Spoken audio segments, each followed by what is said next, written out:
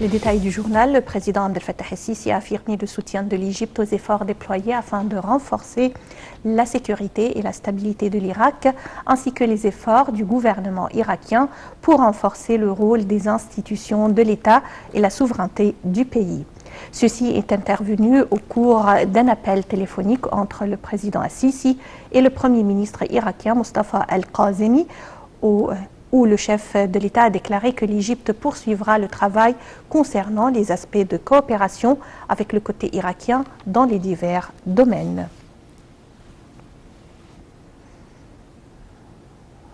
Le président Abdel Fattah el-Sisi a ordonné d'appliquer le niveau de sécurité internationale le plus élevé dans la centrale nucléaire d'Al-Dabra avec un examen de la densité démographique et de l'urbanisme des terres au cours de la centrale conformément aux normes internationales appliquées aux alentours des centrales nucléaires. Le chef de l'État a donné ses directives hier lors d'une réunion tenue avec le conseiller du président de la République pour l'urbanisme et le directeur du collège technique militaire. La réunion a porté sur les résultats des travaux du comité supérieur spécialisé dans les facteurs de sûreté de la centrale nucléaire d'Al-Dabra conformément aux normes internationales et ce, dans le cadre du plan de construction et d'exécution de la centrale élaboré en coopération avec la partie russe. Le président el-Sisi a demandé au comité mentionné de confirmer l'application des mesures de précaution les plus strictes et le niveau de sécurité internationale le plus élevé dans la centrale nucléaire d'Al-Dabra. Le Premier ministre Dr Mostafa Madbouli a affirmé l'importance des projets actuellement mis en œuvre dans les gouvernorats de la région nord d'Alexandrie, de Bahira et de Matrouh qui auront un large impact positif sur la fourniture de divers services aux citoyens. Il a également indiqué qu'il y a un suivi continu par le président Abdel Fattah el-Sisi à la position exécutive de ces projets en raison du saut qualitatif qu'ils feront en général. Ceci est intervenu au cours de la réunion tenue par le Premier ministre en présence du vice-président de l'autorité de génie des forces armées pour la région du Nord, et cela pour suivre la position exécutive d'un certain nombre de projets de services et de développement mis en œuvre dans ces gouvernorats.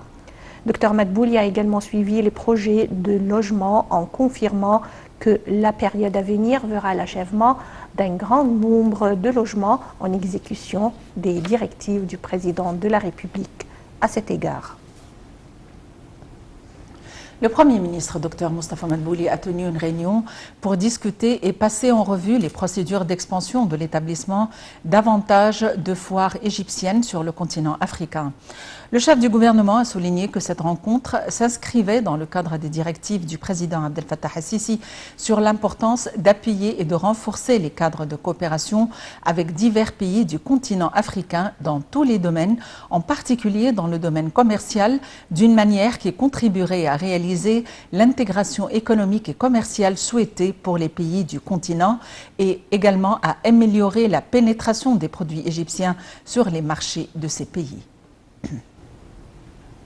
Sur consigne du président Abdel Fattah el-Sisi, le chef des renseignements, le général Abbas Kamel, s'est rendu hier à Ramallah dans une tentative de relancer le processus de paix palestino-israélien en gel. Kamel a remis un message du président el-Sisi à son homologue palestinien Mahmoud Abbas, confirmant la position constante de l'Égypte soutenant la cause palestinienne. Le message du président el-Sisi a porté aussi sur les efforts déployés par le Caire en vue d'instaurer le calme et la stabilité dans toutes les régions palestiniennes.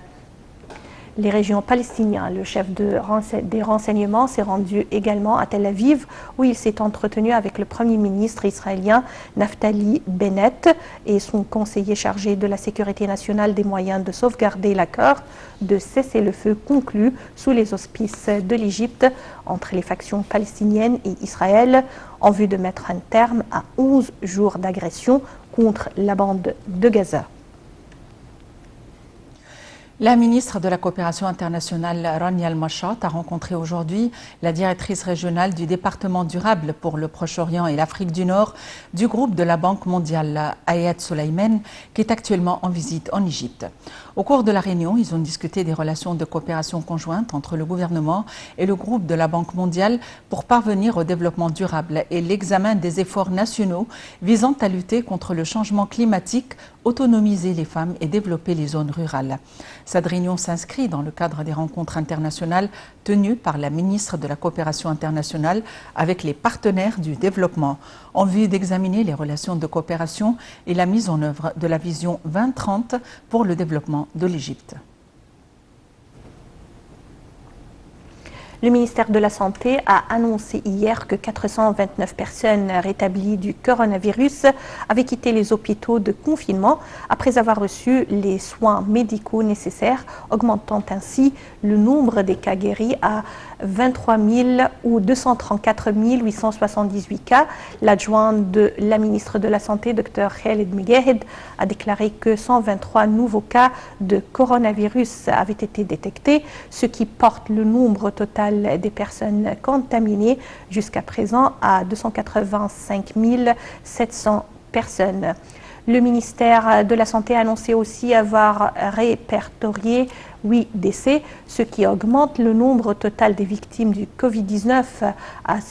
16 638 cas.